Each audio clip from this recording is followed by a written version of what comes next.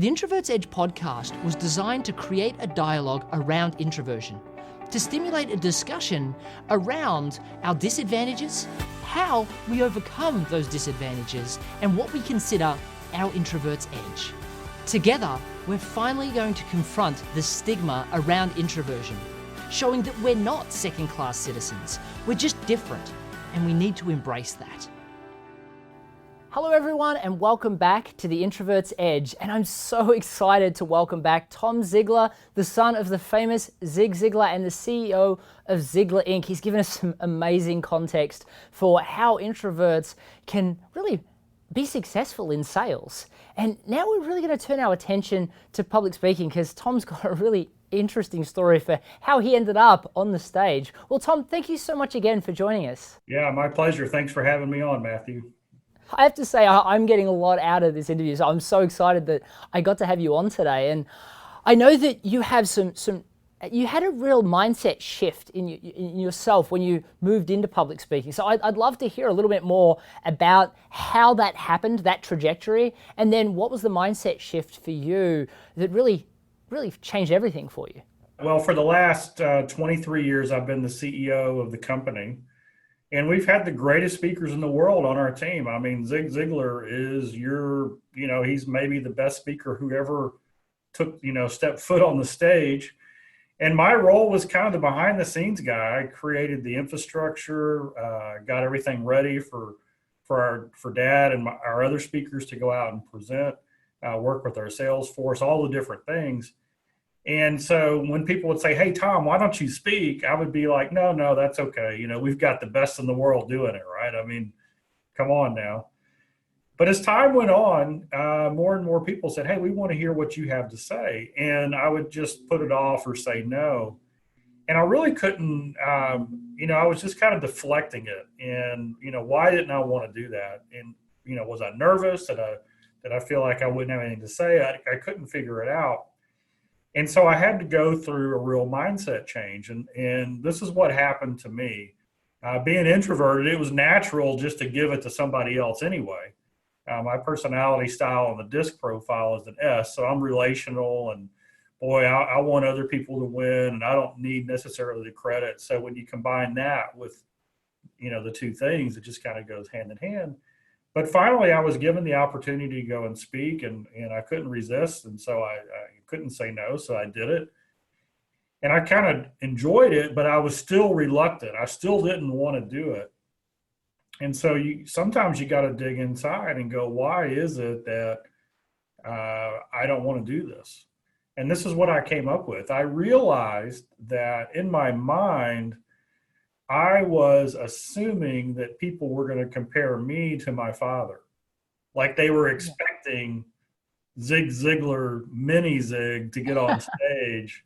And of course, I'm not going to run around and get down on one knee and use my voice at all different range. And I'm kind of like, my humor is dry, and it's kind of slow burn, and it's just, it's different. One of my friends, he nicknamed me. He said, "Tom, you're an intellectual engineer. That's your style." So I looked up intellectual engineer and on Google, because that's where you go. And so if you look up intellectual engineer, there's an acronym for it, and the acronym is NERD, right? Nerd. So that's my style. And so as I dug in, I realized that my fear was that people were going to judge me based on my father. They want me to be like him. And then I realized the truth. Here's the truth. Nobody's expecting me to be like my dad. What they're expecting is that I am the best version of myself. Definitely. You see, in connection or communication, you have to be authentic. You have to be transparent. In sales, it's the same way. Selling is a transference of feeling. And so whenever you mask or you try to be something you're not, our culture, our society is experts at identifying that.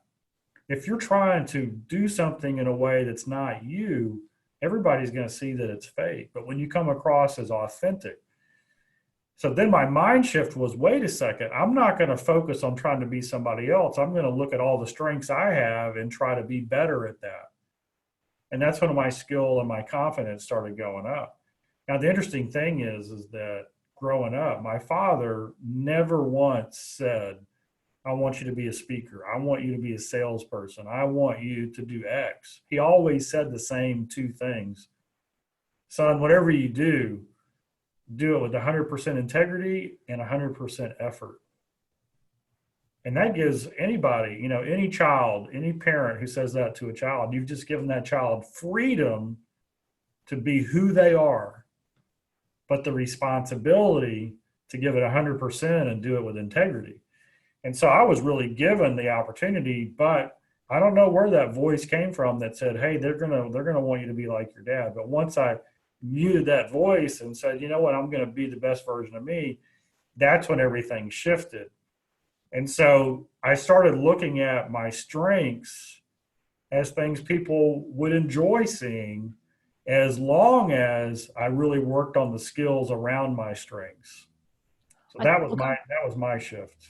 I think that's really important. I mean, I know when I was trying to move into the field of speaking from stage, I used to always look at the speaker before me and go, that person was amazing on stage. You can tell they're incredibly extroverted.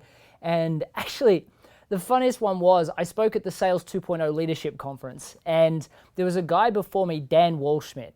And he is so out there. He's that outgoing, clearly extroverted guy, and he wears crazy clothes that I would never be comfortable wearing. And he is so out there as a speaker, and I was wowed by him. And I spent all this time, I remember watching him going, I want to learn how to speak like him. That's not the answer. The answer is to learn to be the best version of yourself and speak like you. And it's funny, I spoke to Dan afterwards, and actually just recently, turns out he's an introvert just like me, and that is him being authentic. And the reason why he was so powerful on stage is because he was just being him. And if I tried to just be him, no one would have taken me seriously. I couldn't have been authentic. So you're totally right. I mean, it's about being as authentic in yourself as possible. And that's really what you share. I mean, you and I talked for the first time only a short time ago.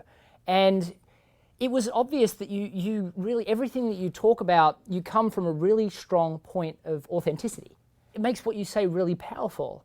I'm interested, but you sell from stage and you direct people to products, and a lot of people that are introverted, a lot of speakers period actually, they struggle with speaking on stage and then asking people to buy things. There seems to be a disconnect from one to the other. And I know you spent a lot of time really mastering this. So I'd love for you to share how you, in your mind, are comfortable with that process, and then a little bit about what you actually do to make that happen. Well, a lot of it is core principles and values and philosophy. And at Ziglar, we're in the life-changing business. I mean, pure and simple, that's what we do. My personal mission, my personal goal is my mission is to equip you to change the world and leave a legacy. I want to give you the tools you need, the ideas, the wisdom, the principles, the values, the systems that equip you to go and change the world. Now, the world that you change is the world you define that you want to change, and also want to equip you to leave a legacy. Well, those are pretty big, lofty ideals, right? I mean, that's like as good as it gets. Well, here's the thing. If I do a great presentation and then you don't take action on it, then it's just been a waste of everybody's time. I mean, you might feel good. You might, have a little bit faster heartbeat or whatever. But unless you apply what has been presented, nothing changes. So we did a survey with our own audience. When Dad was speaking, he asked Lori Majors, his assistant, hey, count up all the testimonials that we've gotten. So this is 20 years ago. And we had so many that she couldn't count them. She had to weigh them. I mean, there were thousands and thousands and thousands. And then he asked her, okay, go through the testimonials, not all of them, and look in there and see what changed their life. Was it the speech, or was it the product, the seminar, or the takeaway that they took with them? 99 out of 100, what changed their life was the material, not the speech. And Yeah. here's the principle. The principle is there is no such thing as one and done. Very, very rarely will you hear something one time, apply it, and your life has changed. What has to happen is you get inspired at the event to take action. Then you buy the book, you buy the CDs, you buy the online course, you buy the coaching, whatever it is, and then you implement it over and over and over again. And then that changes your life. And so you've got to have the moral belief that this program that you're representing is a life-changing program in whatever area that you're in. And so to me, as a presenter from the stage, you have a moral obligation to sell what you have to sell if it in fact changes lives. Otherwise, you're just wasting time. And so for me, to be convicting in front of the room and to present, I've got to feel that way. The other thing is that if you, in Hebrew, there's two words for the word sell. One of them kind of describes just a transaction. The other word is a very high moral plain word, like it has a lot of moral oomph behind it. And what it means is this: it means to anticipate a need that somebody's going to have before they have it, so that they can avoid the pain or the consequence of that circumstance. So there is no more higher moral calling than to be in sales, where you can prevent the need or the pain that somebody's going to have in the future. So you put those two things together, that should give you the confidence, whether you're selling one-on-one or in front of a large group, to do it, because that's what you're there for. You're there to solve the problems that people in the audience have. I think that's really powerful, because I know a lot of people that I've seen that speak from stage, they feel really uncomfortable about saying, hey, buy my book or buy my product. But you're right. At the end of the day, what you've just done is done a happy rain dance on the stage. If they don't take action on the advice that you're given, then 6 months from now, nothing will have changed. And, especially if you believe that what you're doing is actually going to help them, then it's almost like somebody that, is addicted to drugs. They may not like you for telling them that they need to change and then putting them in rehab, but you need to enact a change on them that's going to help them for the rest of their lives. So yeah, I totally agree with that. And yeah, the sub message is, if you don't believe in your product though, then you shouldn't be doing it, because you have to have the mindset, and it has to be true. It's not that you just give yourself affirmations that my product helps people. You'll see that it's helping people. And as long as that's the case, then yes, it makes perfect sense to be able to do that. I would love to know how you go about doing it. How do you introduce a product into the discussion on stage? It's a pretty natural thing. It's something that just happens as part of the process. And every great presentation or every great story, you always, you start off with, hey, there's a problem out there. There's a problem. And if the problem goes unresolved, here are the consequences. Right. So, and everybody realizes that. I mean, there's a problem out there. People waste time. They don't know how to manage their time. They don't use their time to the benefit that's going to take them to where they want to go in their life. Whatever your problem is, you present it. But there's also a solution. And when people have the solution, they take action on it. Here's the results of that, right? So you're kind of counterposing those, and so then you have the call to action. And every presentation should have a call to action. It doesn't matter whether you're selling a product or you're getting them. You want them to take action on something. Otherwise, what's the point of the presentation? So for me, it's very natural. I get focused on what are the problems that the audience has. How can I help solve those problems? How can we make that audience member feel like, they're in control? They're the hero of the story, and they understand that, hey, they've got a choice, and they can either be satisfied with the ho-hum averageness of life, or, because that's a choice, or they could say, I'm going to do something different and take my life to the next level. So you give them hope, and you give them the inspiration and the courage and the reasons to step forward. And then when they do, you give them the materials, the support, the equipping that they need to make that a reality. It's still up to that individual to act on it. But if you give them all this hope, Dad said this, never give a promise without a plan. One of the biggest disservices that somebody can do is to do a powerful presentation about how life can be great, and then you don't give them a plan to get there, right? Because all you've done is built up hope with no way of getting there. And so to me, getting somebody or asking somebody to take action is the natural result of a presentation, because we start here and we learn this, but we want to go here. So that means we got to take action after the day. If one and done worked, I think Dad would have put the whole industry out of business when he was in his prime. Look, I think that's great advice, Tom. And look, we're getting to the end of this segment. So I want to make sure that, and every guest that I have, I ask this question. You have a lot of natural abilities and a lot of skill sets that you were born with as an introvert, or you were nurtured as an introvert to possess. But what I find is everybody has one introvert ability that they're most proud of, and it's what I call my introvert's edge. I'm going to ask you, what do you consider your introvert's edge? I'm a connector. And so I can look at, 20 pieces of information that somebody has given me verbally or by not saying it or whatever, and I can make the connection between, okay, these 5 things lead to this.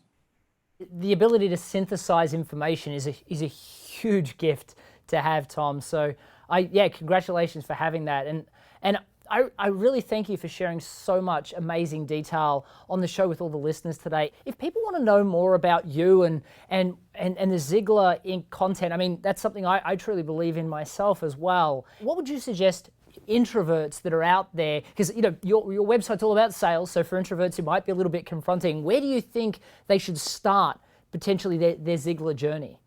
Yeah, there's 2 places to start. The easiest one is Ziglar.com. And when you go there, you'll see 5 free gifts. They're downloads, there's some PDFs that'll get you going, get you started. The other one is our podcast, which is the ZiglarShow.com. Get our podcast. We're on every week. We've got some of the best names in the world on there. And both of those will get you going, helping you develop yourself so you can be all that God created you to be. Well, Tom, thank you so much for sharing all of that. And I really appreciate you giving so much value in today's episode to our introvert audience. Thank you for being on. You bet. My pleasure. Thank you. And to everyone that's watching today, please, as Tom said, there's no reason to listen to stuff like this unless you're taking action on the advice. So please make sure that you start to implement some of these strategies into your life. But thank you again for watching today. And if you've enjoyed today's episode, please on iTunes, subscribe, post a review to help us get higher and higher up those iTunes charts and start having more and more introverts listen to this content and increase the success of their businesses and their lives.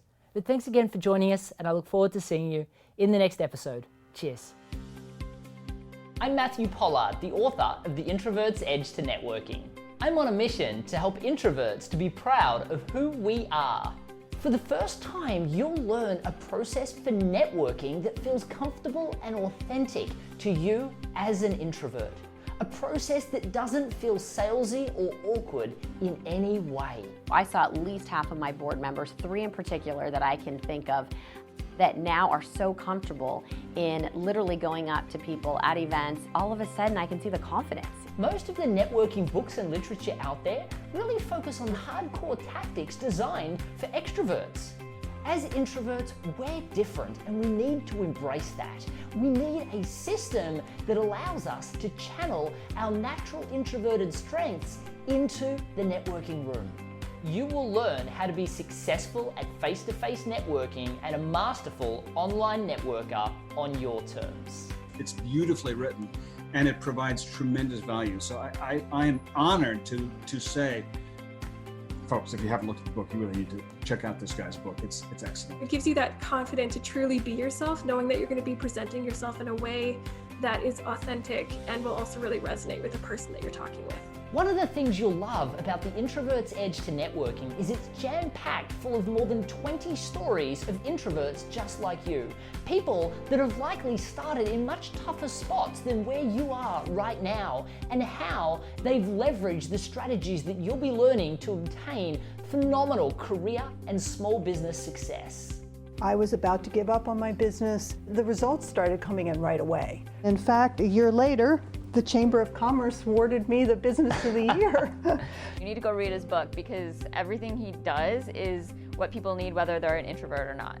I've been fortunate to receive endorsements from some exceptional introverts like Neil Patel and Ivan Meisner, the founder of the world's largest networking group, BNI.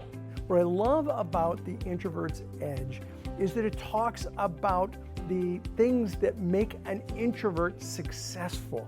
The Introvert's Edge to Networking is going to destroy all of the barriers that you have around whether success in networking is possible for you. Now I'm up to kind of 5 figures, triple my prices or more.